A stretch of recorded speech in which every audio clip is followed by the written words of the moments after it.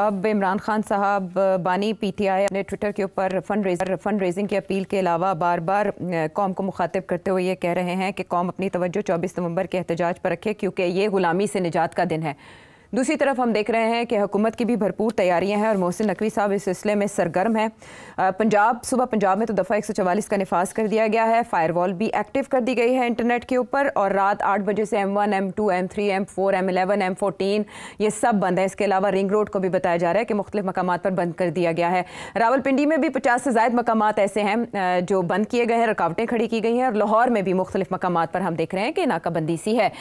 सेठी साहब, ये सारी तैयारियां अपनी जगह पर, लेकिन वजारत दाखिला ने केपी के चीफ सेक्रेटरी को भी एक लेटर लिखा था कि आप वहां पर भी ये हिदायत जारी करें कि सरकारी वसाइल या सरकारी मुलाजिमीन इस एहतजाज में हिस्सा नहीं ले सकते। उन्होंने आगे एक मुरासला तमाम महकमों को जारी कर दिया है और कहा है कि आपको संगीन नताइज भुगतने पड़ेंगे इस सिलसिले में और आपके खिलाफ कानूनी कार्रवाई की जाएगी अगर कोई भी पार्टिसिपेट करता है किसी सियासी सरगर्मी में। मुझे आपसे ये जानना है कि इन सारे इंतजाम के होते हुए भी क्या पाकिस्तान तहरीक इंसाफ अपने मकासद हासिल कर पाएगी और क्या वाकई सरकारी मुलाजिमीन इसमें अब हिस्सा नहीं लेंगे जो पिछली बार हुआ उनके साथ? उसके बाद देखिए, दो तीन बातें हैं। एक तो ये कि पहले भी इस किस्म के अनाउंसमेंट्स हुई हैं एहतजाज की और मार्च और लॉन्ग मार्च और डी चौक पहुंचेंगे एंड सो ऑन, मगर इस किस्म के इकदाम, इतने सख्त इकदाम नहीं किए गए। पूरे मोटरवेज ही बंद कर दिए। पहले तो ये होता था कि कंटेनर्स लगा देते थे, मोटरवेज तो नहीं बंद करते थे। अब वो मोटरवेज भी बंद हो रहे हैं और भी बहुत से ऐसे इकदाम किए जा रहे हैं। इस दफ़ा गवर्नमेंट एम्प्लॉयज़ को भी वार्निंग दे दी गई है जो कि पहले कभी नहीं दी, इस दफ़ा दे दी गई है। इस दफ़ा पंजाब के लाहौर शहर में, पंजाब के अंदर बहुत सी जगह पे सेक्शन 144 भी लगा दिया गया है। मतलब है कि this time it's quite serious. अब क्यों है ये इतना serious compare to last time? वो इसलिए मेरा ख्याल है कि एक तो ये कि ये चाहते हैं कि बंदा ही ना पहुंचे इस्लामाबाद। पहले तो ये था ना कि रोक लेंगे, अगर निकलते हैं तो 1000-2000 आ जाएगा, देखा जाएगा, वहां रोक लेंगे, वहां रोक लेंगे, मगर और हर जगह पे जहां जहां निकलेंगे पुलिस होगी, वो रोक। इस दफा प्लानिंग यही है कि जहां जहां है वहां से निकल ही ना पाए। तो ये तो ना हो कि जी सारा उस दिन झड़पें होती रहे और ये हो, ताकि बंद ही कर दिया जाए सारा कुछ। अच्छा, अब एज आई सेड इसके दो पहलू हैं। तो ये क्योंकि बेलारूस के प्रेसिडेंट साहब आ रहे हैं और पूरी डेलीगेशन है उसकी एंड सो ऑन, तो उसके लिए पूरी तैयारियां हैं और सिक्योरिटी इज वेरी टाइट। और खुदा ना खास्ता अगर कुछ हादसा हो जाता है तो it will reflect very badly. तो एक तो ये रीजन भी हो सकती है इस दफा ज्यादा सख्ती हो रही है। दूसरा ये भी कि मेरा ख्याल है इनको फिक्र था कि शायद लोग आ ही जाए, ये ना हो कि खान साहब की कॉल जो है वो इफेक्टिव हो जाए, बिकॉज केपी की गवर्नमेंट बहुत तैयारियां तो कर रही है और स्टेट के रिसोर्सेज भी इस्तेमाल कर रही है, प्रोविंशियल गवर्नमेंट के पहले भी किए थे, अब फिर कर रही है। तो मेरा ख्याल है इस दफा एक्स्ट्रा केयरफुल हो रहे हैं और इसीलिए फिर मोहसिन नकवी साहब ने बड़ी सख्ती के साथ जो बातें की हैं वो कहा कि कुचल देंगे, ये कर देंगे, वो कर देंगे, वगैरह वगैरह। तो हो सकता है कि ये दोनों रीजंस की वजह से, एक ये कि एक फॉरेन डेलीगेशन आ रही है उसकी प्रोटेक्शन के लिए और पब्लिसिटी, बैड पब्लिसिटी अवॉइड करने के लिए और झड़पे ना हो, और दूसरा ये कि दे थिंक कि इट कुड बी प्रॉब्लमैटिक। लोग शायद निकल ही आए थोड़े बहुत, और अगर निकले तो प्रॉब्लम बन सकता है। तो पहले से हैवी हैंडेड अप्रोच होनी चाहिए।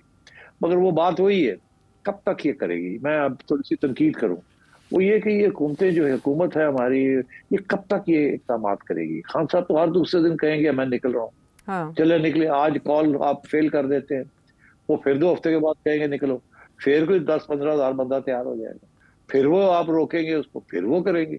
तो how long will this take? तो ये तो पूरी रियासत जो है it's being held hostage by Khan sahab and his supporters. तो there should be a political solution to this.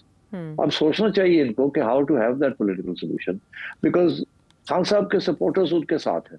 अगर इनका ख्याल था कि वो दूर हो जाएंगे या खान साहब आइसोलेट हो जाएंगे, तो क्लियरली वो नहीं हो रहा। इस दफा खैर बहुत सी डिविजन्स भी हैं और बहुत से लोग जो हैं जिनको कहा गया है कि आपने लोग लेके आने हैं, वो शायद ना लेके आते जितने लोग उनको कहा गया है।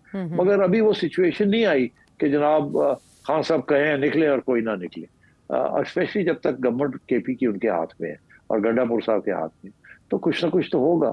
और बेसिकली इशू ये नहीं है कितने लोग निकलते हैं, इश्यू ये है कि कोई मर ना जाए, कोई क्लैशेस ना हो जाए, कोई खून खराबा ना हो जाए। तो वो तो 100 बंदे के साथ भी खून खराबा हो सकता है, 200 बंदे के साथ भी खून खराबा हो सकता है। तो I think that's the great fair. और मेरा ख्याल है कि खान साहब की दैट्स द ग्रेट होप कि कुछ ऐसी चीज हो ताकि और बड़ी इशू बने, क्योंकि उन्होंने इंटरनेशनली तो इशू बना दिया अब, और इसको फिर इंटरनेशनल इशू ही बनाना चाह रहे हैं। और ये लीड अप वही हो रहा है to the arrival of Donald Trump. It's the same issue. और तो मैं समझता हूँ कि there should be some talks between the establishment and Khan साहब।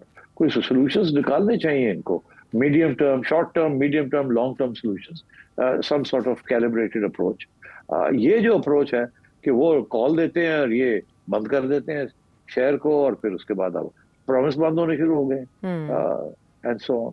तो I think they need to think seriously about this. कोई खान को कैसे आप, वो तो हर दूसरे दिन फिर कहेगा आ जाओ, और आपका ख्याल है वो कम लोग आएंगे, ओके, मगर वो कम लोग भी जब आएंगे तो एज आई सेड वायलेंस तो हो सकती है ना। दो खरदिमाग लोग जो हैं they can create a problem.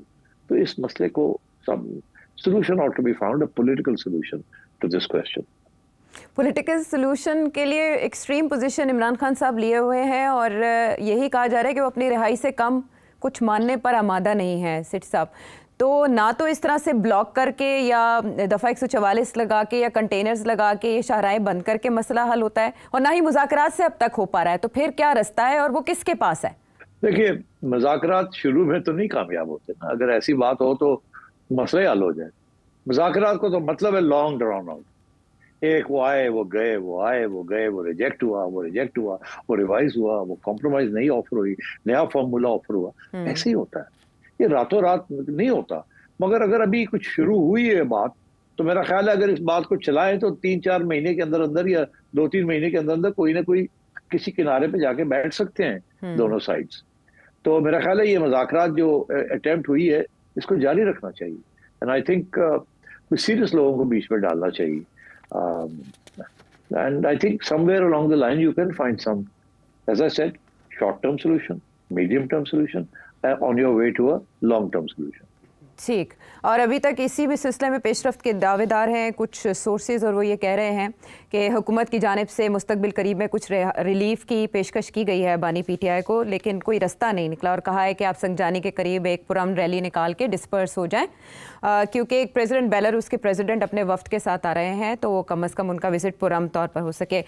कहीं और अलबत्ता चिंगारी सुलग रही है, और बिलावल भुट्टो जरदारी सोर्सेज बता रहे हैं कि वज़ीर-ए-आज़म से मुलाकात की पेशकश हुई, उन्होंने इनकार कर दिया, वो मुल्क से बाहर चले गए, दुबई के बाद वो यूरोप जाएंगे, सेंट्रल एग्जीक्यूटिव कमेटी का इजलास भी मुलतवी हो गया, उनकी वापसी पर होगा, मुस्लिम लीग नून के साथ इत्तेहाद पर गौर किया जाएगा, नजरसानी की जाएगी। ये मामलात क्या है सेठी साहब से जानेंगे एक ब्रेक के बाद।